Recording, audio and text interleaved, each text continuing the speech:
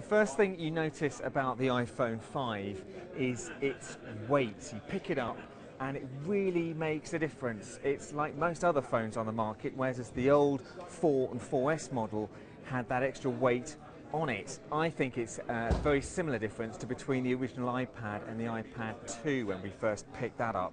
You'll also notice that although it's a similar design, it's slightly longer. Apple have made it the same width across, but it's a longer screen, a 4-inch screen rather than a 3.5-inch screen, which is definitely the way the market is going. The processor is twice as fast, and you can see that in the way that certain applications work. Let me take the old one away and show you, for example, Maps. We go into Maps, we've got a flyby here, and we can actually rotate around. This is Big Ben in London, and you can see this is photorealistic as we move across the city.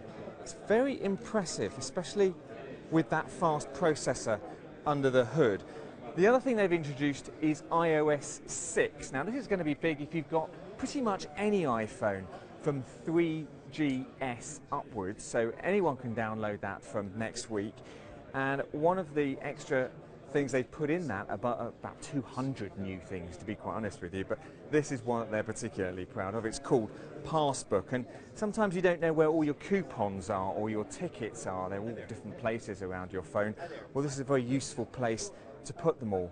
FaceTime is better quality with the camera on the front of the phone, and it now works over the cellular network. So overall, pretty impressive. It supports 4G networks, so specifically LTE networks, which have now become common around the world. The UK has just introduced it with EE this week, so it will be supported on EE. That's the new network for Orange and T-Mobile, but other networks it supports on their 3G and HSDPA connectivity systems as well.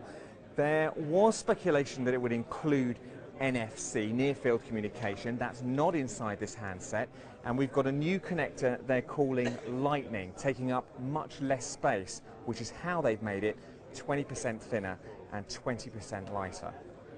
Overall, then, an impressive handset from Apple, and it needed to be, with other manufacturers bringing out some equally innovative handsets this year.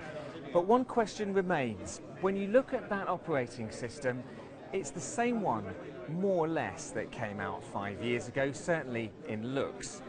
And increasingly, more and more people are asking, what's the next look for the Apple iPhone?